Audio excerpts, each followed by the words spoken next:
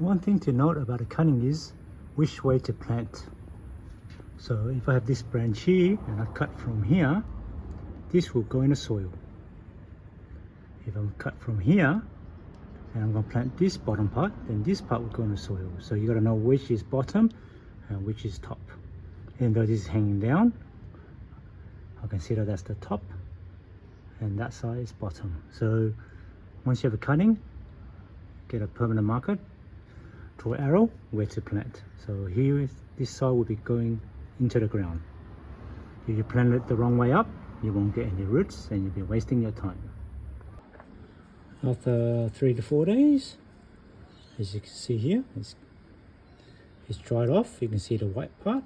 It's kind of like callus.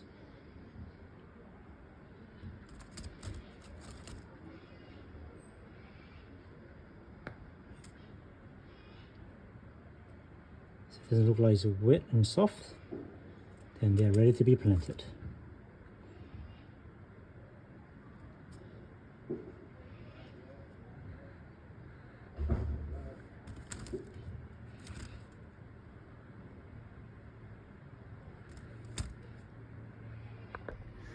When it comes to using potter's soil for your cutting, pick something that is very loose for good drainage. Also can hold some water. I just use some potting soil bought from Bunnings, which is called Sealy's Premium Potting Mix.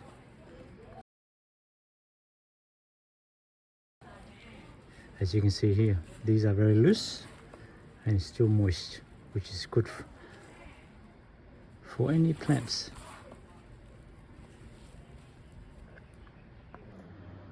You just need small size pots.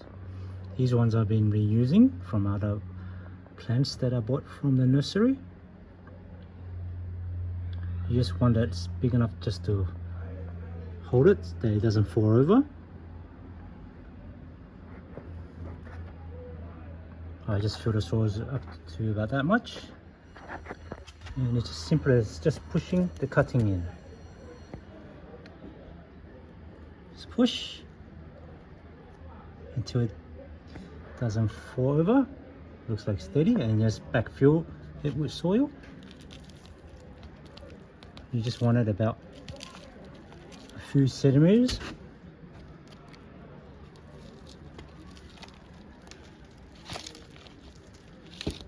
Press it down.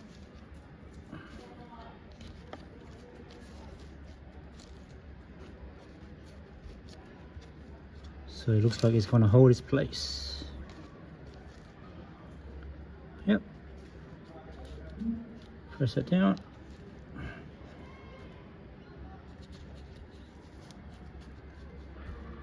Add more soil if you need it.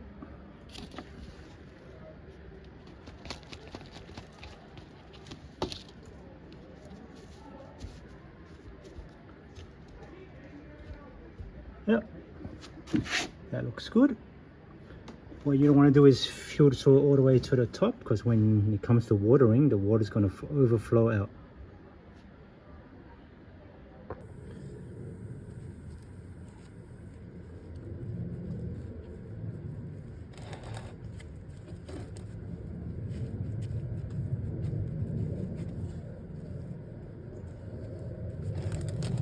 Push it down firmly so the soil will hold its cutting in place. As you see, it won't fall over.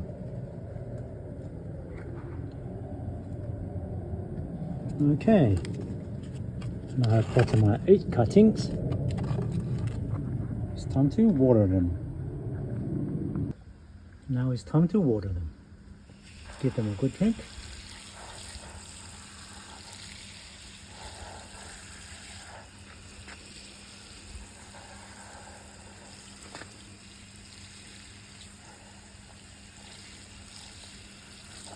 Make sure all the soils are wet.